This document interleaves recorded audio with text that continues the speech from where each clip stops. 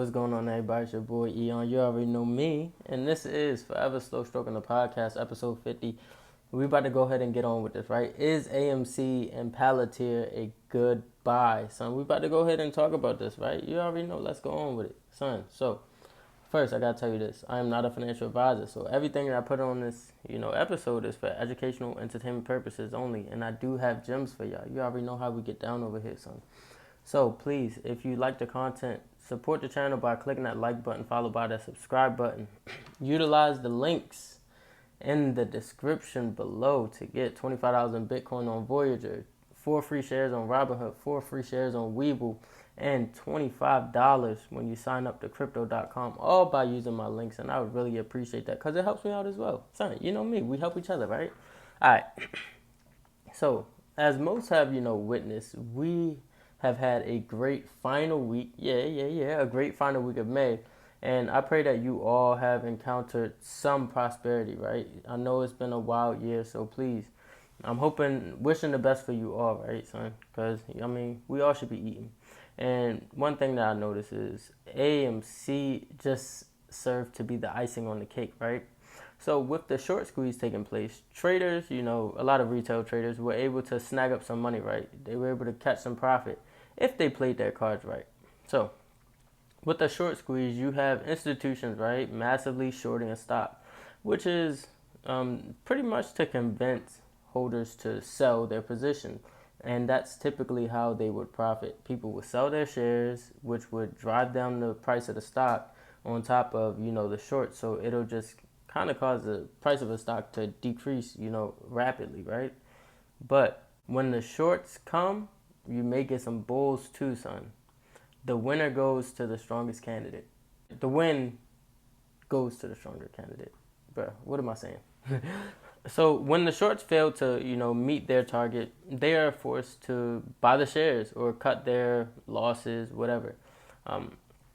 And when this happens, it's pretty much like releasing tension, and it can cause the share prices to later increase due to the addition of shares that are purchased, right? So you already had people buying shares of this company, because they didn't want, the price of the stock to fall. So think of it like tug of war, right? You know the game tug of war, where it's like people on both sides of a rope. You have people on both sides of a rope.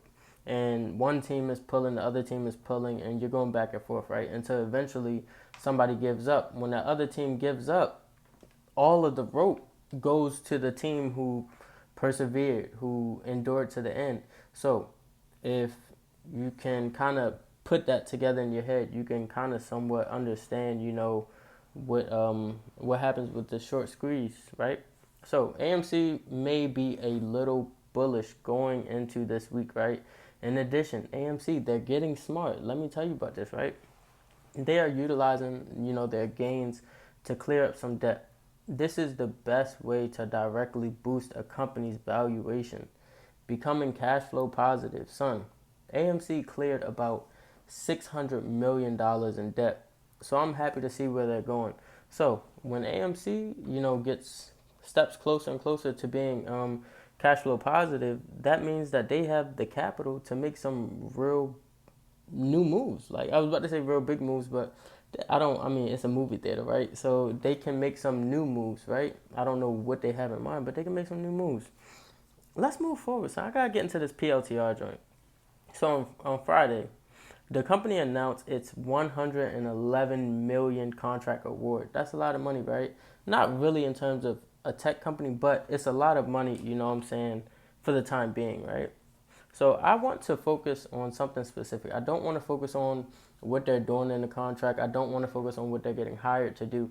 I want to focus on the fact that someone, this award signifies that someone, in this case being the United States Special Operations Command, sees potential in the tech company, right? So I have been bullish on PLTR for a while, ever since I owned it at $9 per share. And I bought some on the dip at $8, whatever. So I have been bullish on PLTR for a good while. And, in my opinion, the company has been beat down dramatically. And it was having a hard time recovering. But you got to remember that just because the stock price is down doesn't mean that the company is terrible, right? That just means that somebody's viewpoint on it, somebody with money whose viewpoint on it may not be as strong as somebody who is a retail trader or a retail investor, right? So the valuations of the stock may be off. However, the company itself is really good. They do really good work, and its quality that they deliver. So PLTR's technology for mission support is delivered with quality, like I'm saying, son. So you want to ensure that your products, especially when you are dealing with people like war fighters and people in the military, things like that, anything that has anything to do with a mission, you want to make sure that your products are valid, because warfighters and people who are on these missions, they're putting their life on the line. So you want to make sure that these people come home to their family. So by receiving this contract, this says something. This says that, hey, you know what, son? We should be looking more at PLTR. Stop letting it chill. It's been consolidating for a while, and I think we could really get some money here. So I may be buying more PLTR. You know me. So yeah, that's that. So in my opinion, to answer the question for the topic, is AMC and Palantir a good buy? In my opinion, AMC is a good buy under $20, right? Under $20, and you could easily do this by sell puts on AMC. That's what I would do. Sell puts. And PLTR, in my opinion, is an undervalued buy, meaning because, I feel like the price should be over $30 per share, I'm willing to buy here at any given time because the price is undervalued. Like, the company is undervalued. So let's move forward, right? I want to go ahead and give you all my results for the week. But first, if you haven't done so, check out my man Jermaine's Hustle class. Jermaine is a good and a valid, person when it comes to these podcasts, right, son? Always got some game to spit, and he is a major part of Forever Slow Stroke M.